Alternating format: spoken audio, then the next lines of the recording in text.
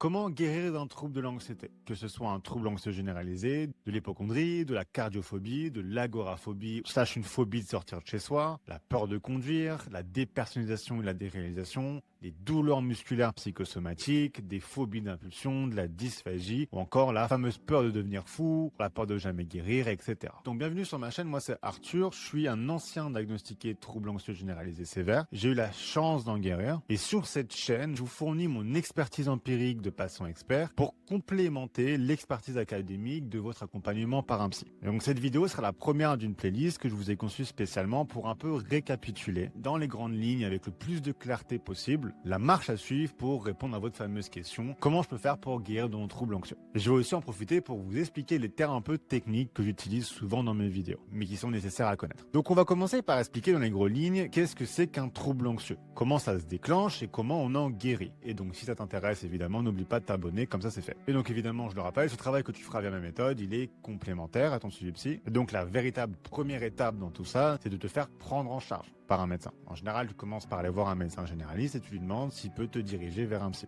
Mais si ça te paraît trop compliqué, tu peux directement prendre un rendez-vous chez un psy sur Doctolib ou alors utiliser des plateformes assez cool comme BetterHelp. Donc maintenant que ça c'est clair, commençons par définir ce que c'est un trouble anxieux. Un trouble anxieux, c'est un trouble émotionnel qui se déclenche suite à un ou plusieurs événements émotionnellement traumatisants. Donc cet événement peut être un bad trip avec une drogue, une crise d'angoisse isolée mais particulièrement intense, une expérience proche de la mort, un deuil, une relation avec une personne avec un trouble narcissique ou encore un burn-out. Et un trouble anxieux, en fait, c'est un dérèglement des systèmes physiologiques responsables de la sécrétion de cortisol. Cet excès en sécrétion de cortisol donne naissance à des symptômes qui peuvent être physiques ou cognitifs. La manifestation de ces symptômes, elle peut être relativement différente en fonction des individus atteints d'un trouble d'anxiété, mais la cause commune, et ça c'est un avis auquel je tiens énormément en tant qu'ancien anxieux, est la même chez toutes les personnes atteintes d'un trouble d'anxiété chronique. Et cette cause, c'est la mise en place d'une tendance à la recherche de contrôle, de certitude et de réassurance, ce que j'appelle moi le CCR,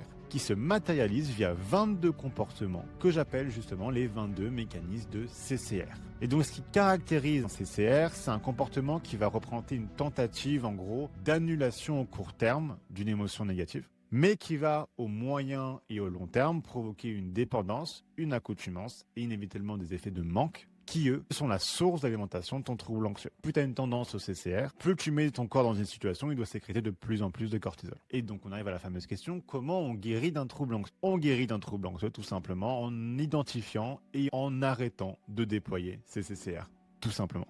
Et arrêter ces CCR, il faut vraiment que tu vois ça comme un sevrage d'une drogue. Tu te sèvres de choses dont tu es devenu addict.